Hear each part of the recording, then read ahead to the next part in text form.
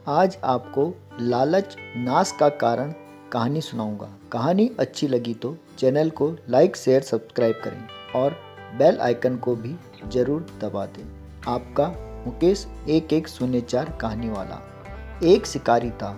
वह शिकार करके अपना जीवन यापन करता था। उसने कई दिनों से शिकार नहीं किया था। एक दिन उसका मन हिरण का मांस खाने का हुआ। उसने दूसरे ही दिन वह हिरण का शिकार करने जंगल चला गया। जंगल में उसे एक सुअर दिखाई दिया। शिकारी ने सोचा, अच्छा हट्टा कट्टा शिकार मिला है, इसी सुअर का शिकार कर लेता हूँ। इसका कुछ मांस मैं खा लूँगा और बाकी बाजार में बेच दूँगा, जिससे मुझे बहुत अधिक पैसे मिलेंगे। उसने अपने धनुष पर तीर चढ़ाया ही था कि पास में ही उसे एक हिरण घास चरता हुआ दिखा। शिकारी ने सोचा, इस सुअर का शिकार मैं बाद में भी कर सकता हूँ। अगर इस हिरण ने मेरी आवाज़ सुन ली तो यह भाग जाएगा और मैं इसका शिकार नहीं कर पाऊँगा। यह सोचकर शिकारी ने हिरण पर तीर चला दिया। निशाना अचूक था। तीर सीधा हिरण को लग गया और उसने कुछ ही क्षणों में अपने प्राण त्याग दिए। शिकारी हिरण को मारकर बहुत खुश हो रहा था। उसके मन में लालच आ गया कि हिरण के साथ अब सुअर का भी शिकार करता हूँ, इससे मुझे दोगुनी आमदनी होगी। इस तरह का विचार कर शिकारी सुअर की तलाश करने लगा। उसे पास में ही सुअर दिख गया। शिकारी ने सुअर पर निशाना साध कर तीर चला दिया। तीर इस बार भी सीधा शिकार को लगा। सुअर बहुत ही मठर प्रजाति का जीव होता है। तीर लगने पर सुअर ने सोच लिया कि वह मरने से पहले उसे मारने वाले शिकारी को मार देगा। सुअर के शरीर से खून बह रहा था, फिर भी वह शिकारी की तरफ मुड़ा और उस पर टूट पड़ा।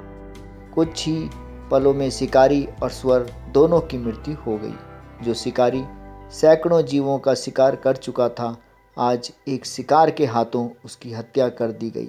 शिकारी का लोभ ही उसके विनाश का कारण बना।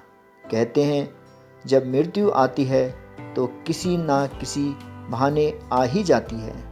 जब सुअर शिकारी पर हमला कर रहा था, तब पास के पेड़ के नीचे एक सांप अपने बिल से बाहर निकलकर यह सब देख रहा था। शिकारी को मारने के बाद सुअर लड़खड़ाता हुआ सांप के ऊपर गिर गया और सुअर के शरीर से दबकर उस सांप की भी मृत्यु हो गई। इस प्रकार उस छोटे से स्थान पर हिरण, शिकारी, सुअर और सांप के 4 शव पड़े हुए थे। उसी समय एक गीदड़ वहां आ गया और एक ही स्थान पर 4 शवों को देखकर गीदड़ बहुत खुश हुआ और मन ही मन सोचने लगा, बिना परिश्रम के इतना सारा भोजन मिल गया। अवश्य ही ईश्वर मुझ पर मेहरबान है, तभी तो मेरे लिए इतने सारे भोजन की व्यवस्था कर दी है। अब मुझे तरह तरह के जीवों के मांस का स्वाद चखने के लिए मिलेगा। अब तो मेरे कई दिन सुखपूर्वक इन जीवों के मृत शरीर को खाकर बीत जाएंगे। गीदड़ को समझ नहीं आ रहा था वो पहले किसे खाए। कभी तो वह शिकारी का मांस खाना चाहता, तो कभी हिरण का, तो कभी सुअर का। फिर उसने निश्चय किया कि पहले शिकारी का मांस खाया जाए। उसने कभी इंसान का मांस नहीं खाया था। इसके बाद हिरण, उसके बाद सांप और अंत में सुअर का मांस खाएगा।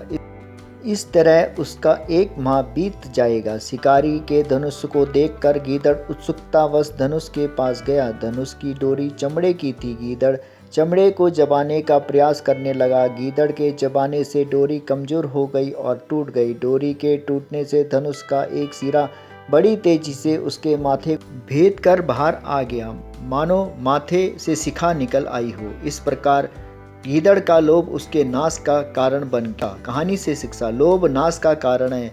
कहानी से हमें शिक्षा मिलती है कि अति लोभ हमारे विनाश का कारण बनता है। कहानी अच्छी लगी तो चैनल को लाइक शेयर सब्सक्राइब। आपका मुकेश 1104 कहानी वाला। धन्यवाद।